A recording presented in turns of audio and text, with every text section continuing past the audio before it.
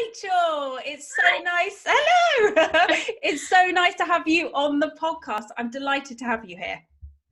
Thank you so much for having me. I'm so happy to be here.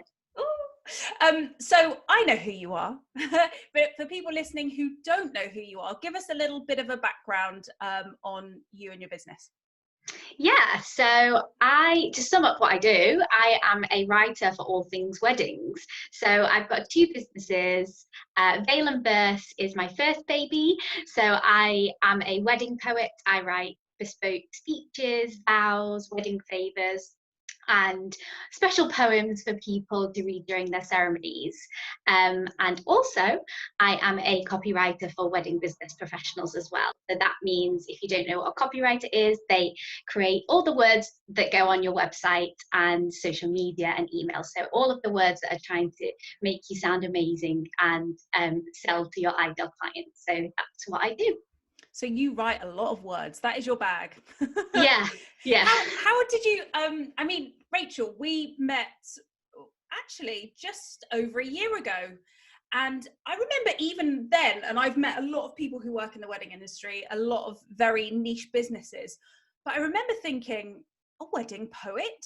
I wasn't aware that such a thing existed. How on earth did that come about? Oh, I love telling this story. Yeah, because at first when I had the idea, I was like, people don't do this. So it all came from me sitting in my living room one afternoon, and I had been scrolling through Google trying to find a wedding poem for my wedding. And after typing all the different phrases in, non-cheesy wedding poems, unique wedding poems, modern wedding poems, I just couldn't find anything. And I have been writing poems for fun probably since I was about 7 years old, since I could write or figure out what a rhyme was. And yeah, I just decided, well, why don't I just write my own? And I spoke to my other half, and he was like, sounds like a great idea, saves us time searching through Google trying to find something that we can't, that doesn't exist. Yeah. So I wrote our poem, and then I kind of decided to take it one step further, and see if other brides and couples might want me to write their poems. So wedding ceremony poems, vows, speeches, all that kind of thing. And Veil and Bliss was born. It turned out people really did want that for their weddings, right? Including favors for 100 guests, and every little nook and facet of writing words for weddings. That's where you stepped in. Yeah, totally. And it kind of just started off as, oh, I think people might like a unique wedding ceremony poem. And then I just kind of kept adding things to my suite of offerings, and was like, oh, maybe people would like to give each of their guests a poem for their favor. And that one has really been a hit. I think it's so hard to find wedding favors that people are going to think, oh, this is really special, this is really unique. So yeah, that's one of the most fun parts. I can imagine. I think the experience, if you put yourself in the shoes of being at a wedding, that moment, which I love about a wedding, where you see all of the tables laid out ready for the wedding breakfast for the first time. I can't imagine sitting down and there being a poem that was written about me from the point of view of the person whose wedding I'm at. I just think that's incredible. Yeah, honestly, I've just finished writing some for one of my brides, and I was getting like choked up and emotional just writing these things, because all I do is ask my clients to just answer a couple of questions about each guest. Tell me what their role is in the wedding, what they mean to them, any fun memories or anything. And writing about the bridesmaids and the father of the bride, and making them feel really, really special, because every single poem is just completely different. You can imagine them sitting down at the table and saying, oh, let me read yours, and then we'll kind of crying and being like, oh, this is amazing, I want to put it in a frame when we get home.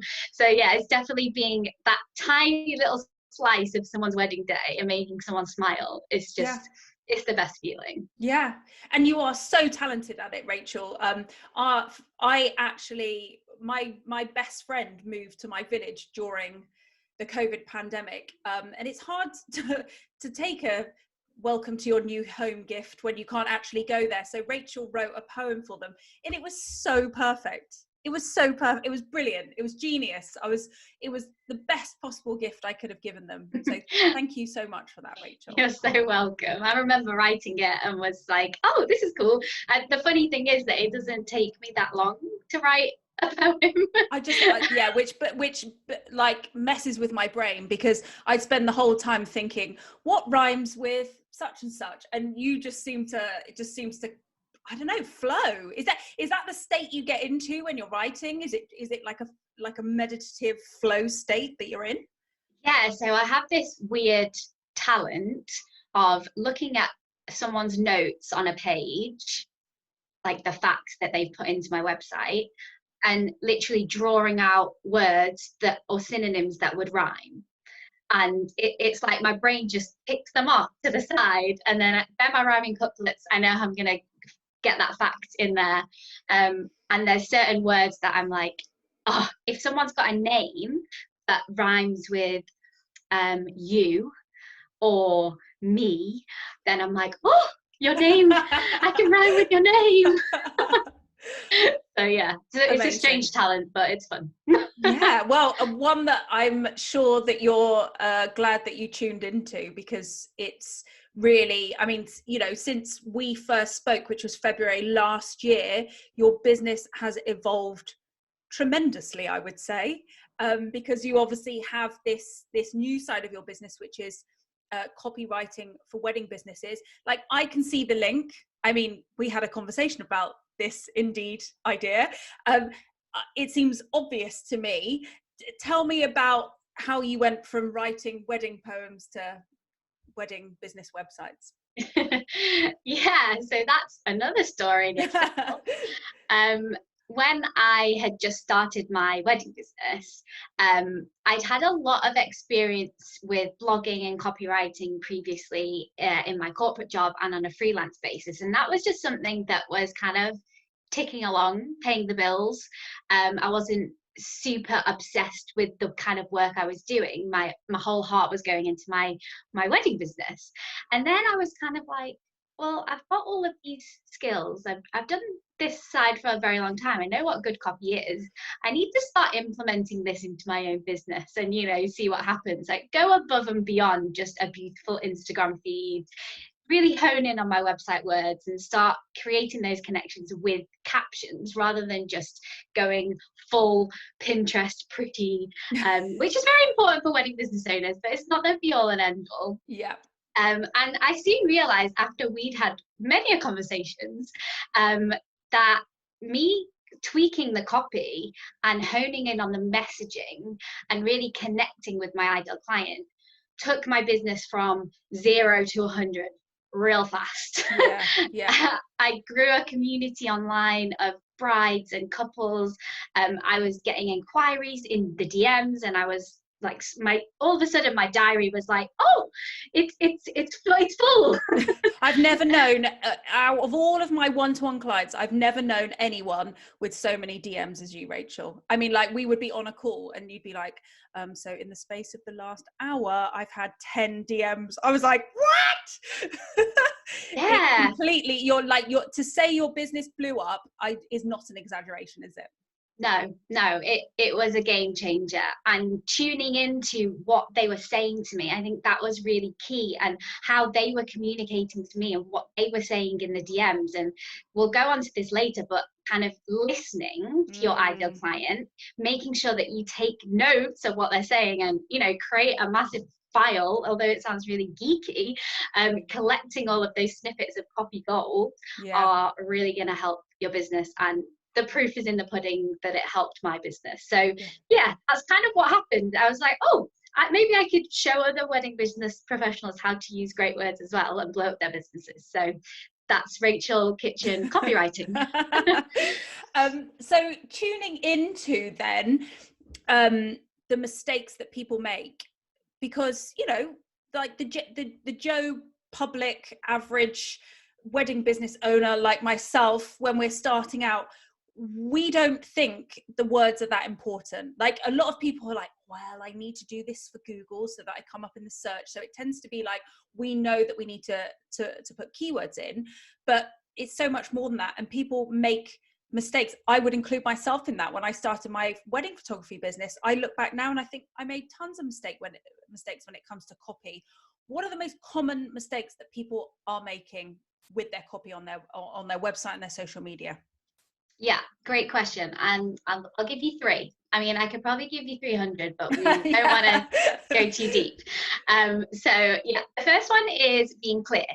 So is it really clear what you do and how you help people? Because you know, as a wedding business owner, what you do, but is it really clear to other people? It might sound like a really obvious thing, but are you making it crystal clear that this is your job, this is how you're going to help people, and this is the type of person that you want to do? Because yeah, you could put at the top of your website, I am a wedding photographer who is based in the Kent area.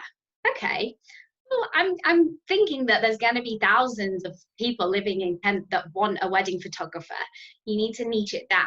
Yeah. So this kind of goes towards doing a bit of work on your ideal client and niching down. But the clearer you can make that headline, if you don't change anything on your website, make your headline really niche and really clear. So I am a wedding photographer based in Kent, and I deal with underconfident brides who want to look incredible on their wedding day. Because there's going to be a bride that goes, oh my gosh, Yeah. that is exactly who I need. Please help me. And then you can delve into your story, talk about exactly why you do what you do. And maybe there is a story behind it. Maybe you were getting married way back when, or you were planning your sister's wedding or your friend's wedding, and they were underconfident, and weave your story into your wedding business copy. So this will put you on a level with your ideal client so that it's really, really clear how you are in the best position to help them. So clear, that's the first one. I'll just scoot over the other two as quickly as I can. So we're not this is brilliant. No, it's great. The second one, I would say, make your copy client-centered. So if you were to do a super quick audit of your website right now, how often are you saying the words I and me or us? Not saying that you can't use those words, because it's impossible to write a website without mentioning yourself at least a few times. But how can you reframe your language to make it how you can benefit your client?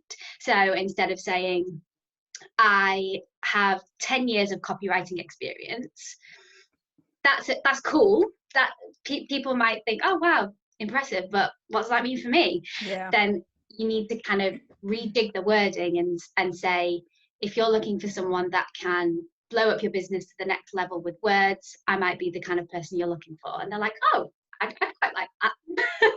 So try and reframe the language on your website to make it as client-centered as possible. Fantastic.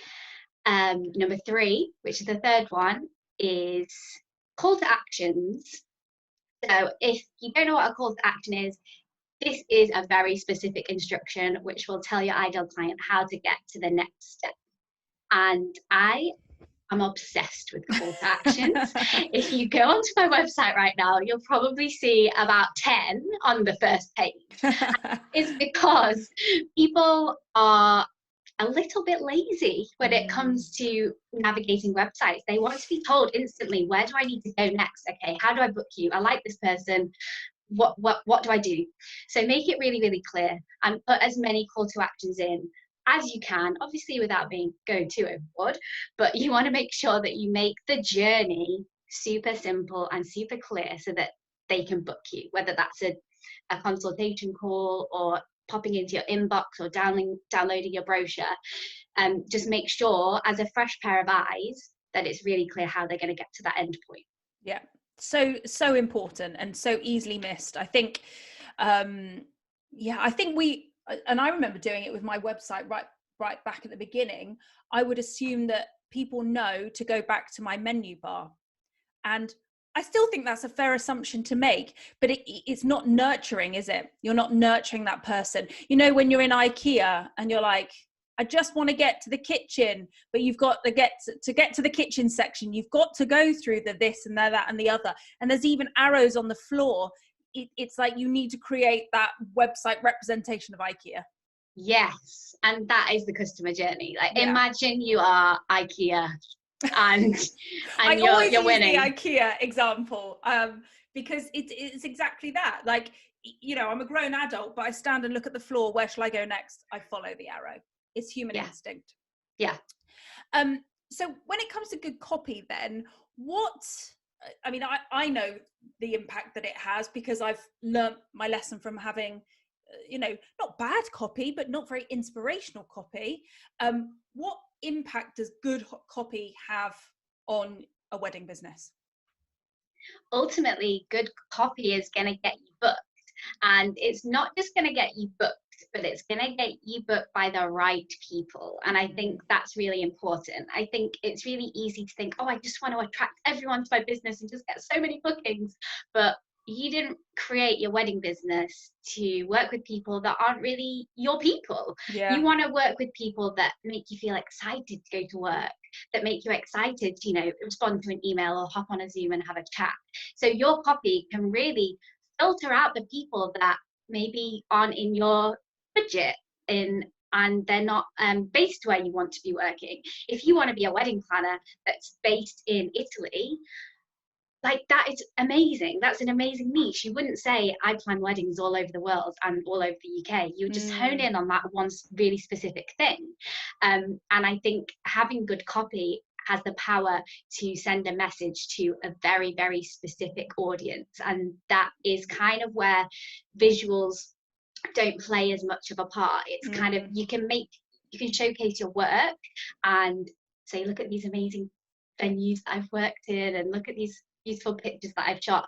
But the copy is going to really hone in on the people that you want to work with and connect with them. Exactly that. I call it the homecoming, when you're like, when you read something and you're like, oh yeah, this, I found my spot. Yeah. And it's a lovely feeling as a consumer when you have the homecoming moment of exactly that. Oh, I've found the person. Look no further. We've arrived. And copy really does that, doesn't it? Yeah. And if I was to give one piece of advice, I would say, don't be afraid to be who you are and show up as the wedding business owner that you want to be. And just stand that ground. If you are a wedding photographer that absolutely loves dogs and countryside walks, put that on your website, because I bet your couples would love it too, and that's how they're going to connect with you. It sounds like, oh, these things, they don't really need to know that. They need to know that I took a course on this and I've got a qualification in this. No, like, be yourself and put your personality out there, because that will create connections as well. So true, so true. More generally, back on towards wedding poetry then. I know you're not supposed to have favourites, but have you got an all-time favourite wedding poem that you've written? I should say mine, shouldn't I? But I'm not going to say mine. It probably will be my favourite as soon as I can get married, but that's a whole new story. So I wrote a poem a couple of months ago, and bless them, they're having a micro wedding, which is actually, I think, such a beautiful idea, especially with the current situation. Which means that their wedding poem is just even more important. And I'm going to shout them out, Amy and Luke. They met a few years ago, and they've got a beautiful little dog called Jasmine, and they wanted to mention their dog in the poem and talk about how Luke cooks amazing dinners, and Amy just still calls them average, even though he's actually an amazing cook. It was a poem all about them as a couple, and I think I sent the draft over to Amy, and instantly she was like, okay, I'm crying at my desk right now. You just encapsulated everything. She basically sent me a picture of her notebook, and she'd just written scrolls of notes, and I just kind of compiled them into this this wedding ceremony poem, and she was like, I don't know how you did it. How did you do Yeah. that? So it's hearing those reactions and making people cry in the best possible way. I love that. Oh, what a wonderful experience. There's nothing nicer than when someone says, you know, you have fulfilled everything that I dreamt about working with you. It's the nicest thing, isn't it? Yeah, honestly, and they'll keep that poem forever and put it in a frame, and they'll always say, this is part of our wedding Yeah. ceremony, this is part of us getting married, and the fact that I had a little bit to do with those words and just to make it even more special is amazing. Oh, well done, Rachel. I want to hear the poem now. So when you get that DM or the inquiry lands in your inbox, and you know your Amy and Luke tell you about their personalities and their home life, how do you know that you're excited about it? Like, because you've kind of got these two areas. You've got the people that you're dealing with and having that relationship, and also like the stuff that they're into. What's the alchemy that goes into that perfect inquiry for you? Oh, that's a good question. Thank you. So I would say I instantly know that I want to work with someone when they understand the value of a personalized wedding ceremony poem. I think it's not on a lot of people's radars, and that's totally okay. Yeah. But it's the people that go, oh my gosh, I've just stumbled across your Instagram or landed on your website, and that is the best idea, and we need it. Yeah. And they are like all in already from the beginning. They love the idea, and you kind of know that they're going to be your client because they value what you do. There aren't a huge amount of wedding poets out there. I mean, correct me if I'm wrong. But I won't. I think there's a handful, but you know, we're not talking, you know, one on every street of the UK. It's just, yeah, it's an underrepresented force in our industry. And I think we need more wedding poets, because I'm not going to be able to handle everything. Yeah, I can't write all of these poems. Yeah. It's a good point though, because I mean, I've been to, and you know, hundreds of weddings. It's not an exaggeration to say that I've had front row ticket with me and my camera for hundreds of weddings, and I have heard the same readings over and over again, and there's nothing wrong with that, and there's no judgment in that statement, because for many of the people at weddings, it'll be the first time they heard it. You know, I'm thinking Captain Corelli, I'm thinking Winnie the Pooh, and they're all lovely. And I'll be honest, Rachel, I cry at every single wedding I ever go to, so it still hits a nerve. But when something is that extra, even that just that 3% more personal, I think there's something very exciting about the chemistry in a room. It's what makes wedding speeches such an important part of a wedding, because you hear things and you're like, oh, I didn't know about that person, or I'd never realized that connection, or that loss, or that tragedy, or that fortune. From your perspective of writing these, what is it about making vows a personal thing that really transforms the couple's relationships with the ceremony part of the day? Yeah, I think that's such a good point. And I personally, as a wedding guest, I am always excited for like the drinks afterwards. Yes. And mingling and having yummy food and having a dance. Yeah. So my goal with Veil and Verse was to make everything that comes before all that so-called fun stuff show-stopping, amazing, memorable, that makes everyone feel like they're having the best time before you've even, you know, got your glass of champagne in your hand. So my goal for vows, ceremony speeches, and all of those fun things that happen during the ceremony is to make them so personal that everyone's like, whoa, I never even knew that.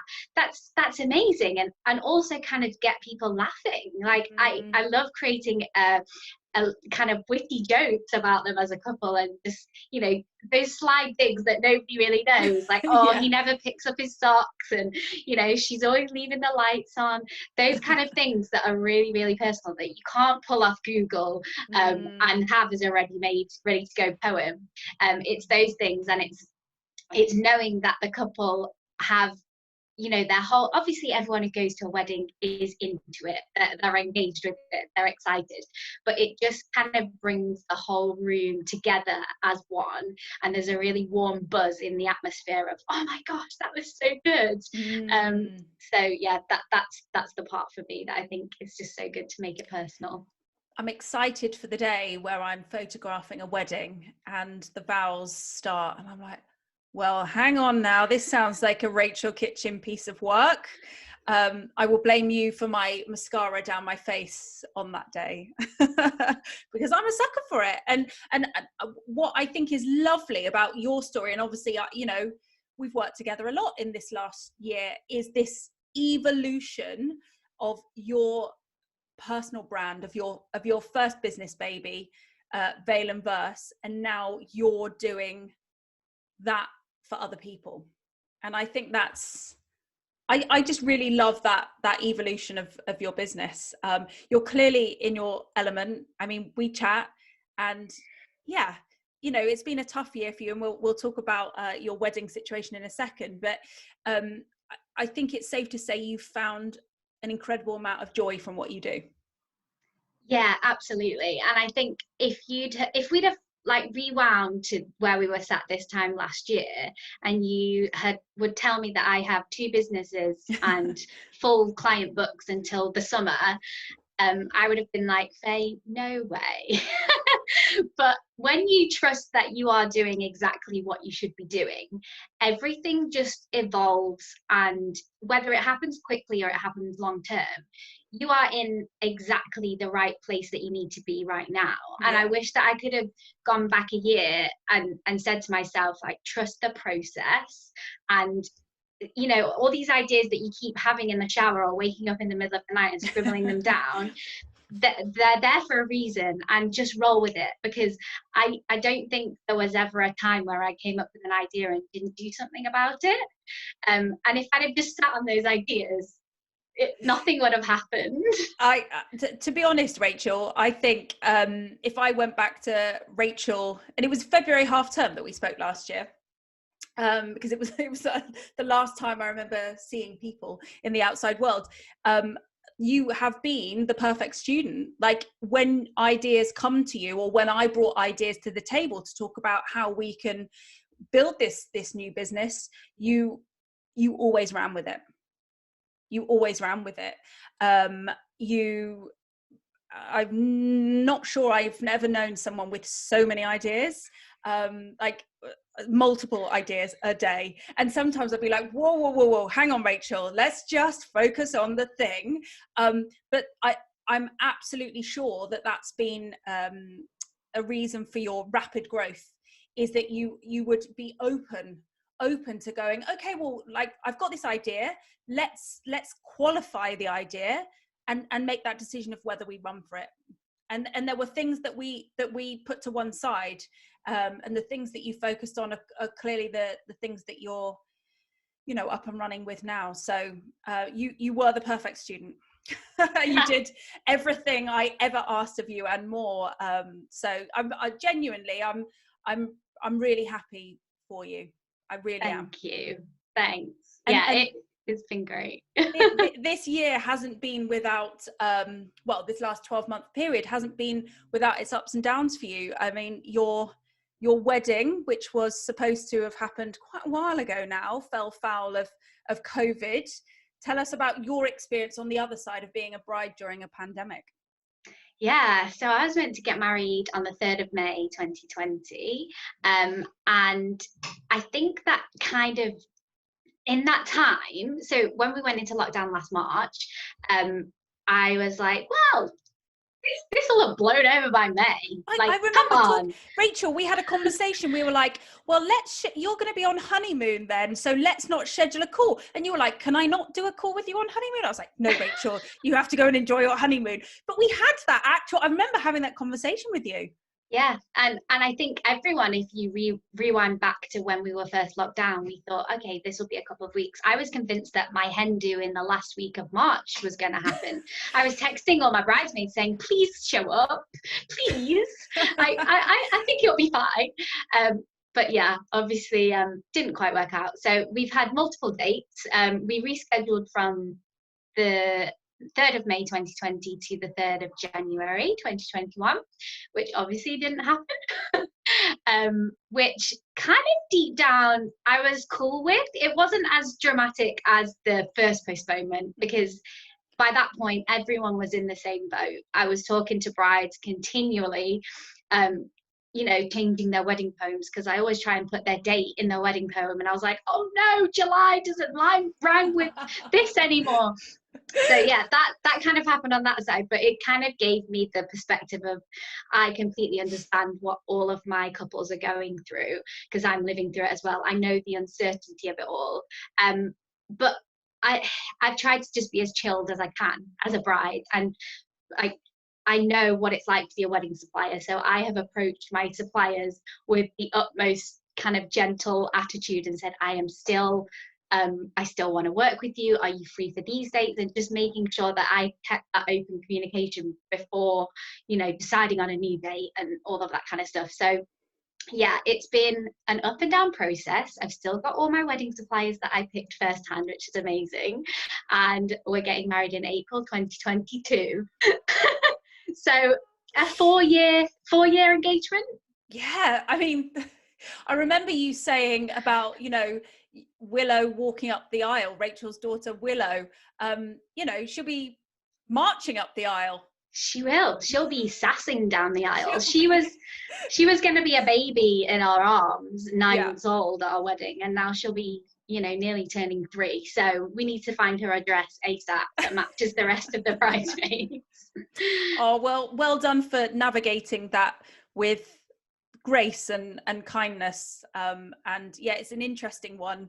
You're obviously not the only bride who works in the wedding industry, and I think having that empathy for the other side of the coin was probably advantageous to your suppliers.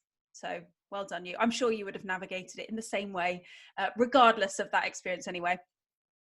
Rachel, I feel like I could talk to you for about 3 more hours, but in the name of making this a podcast, thank you so much for your time. I've really enjoyed speaking to you. I love working with you. You have achieved so much. You're so lovely to be around. You're bubbly, you're fun, you're excitable. And we, I think, could all take a leaf out of your book. I've got one more question, and that is, you are obviously a member of the Wedding Business Club. Tell me about your experience of being a member. What can I say? So it's not just a community of talented, inspiring, amazing suppliers, and that is led by you. It's also a place that I truly have made really good friends. And it's not just about kind of networking for professional reasons. There's a handful of people that regularly, I was literally just messaging Nicola a few hours ago, just chatting and talking about, Instagram's really annoying, isn't it? And they are genuinely club members that are going to be in my life forever. And it's one of the best places to network, to create amazing connections, and it's the best community of wedding suppliers you'll ever meet. And it's not only inspiring because it's led by Faye, who gives us weekly coaching calls. If you've ever got a question, Faye's going to give it to you straight and tell you that I've been there, this is what you need to do. So yeah, if you are kind of looking for a space to not feel so lonely, because it can be lonely in in the midst of a pandemic, not even when we're out of the pandemic, we kind of are all self-employed and working at home now. It's the best place to feel uplifted and inspired and stay on track with your goals, because you can't do that on your own. You need Faye to hold you accountable like she did for me. And that I will. Oh, thank you, Rachel. That means the world. For people who would like to talk to you about your poetry and your copywriting, how do we find you? How do people get in touch? Yeah, so if you are interested in poetry, you'll find me at Bale & Verse on Instagram, www.baleandverse.com on the line.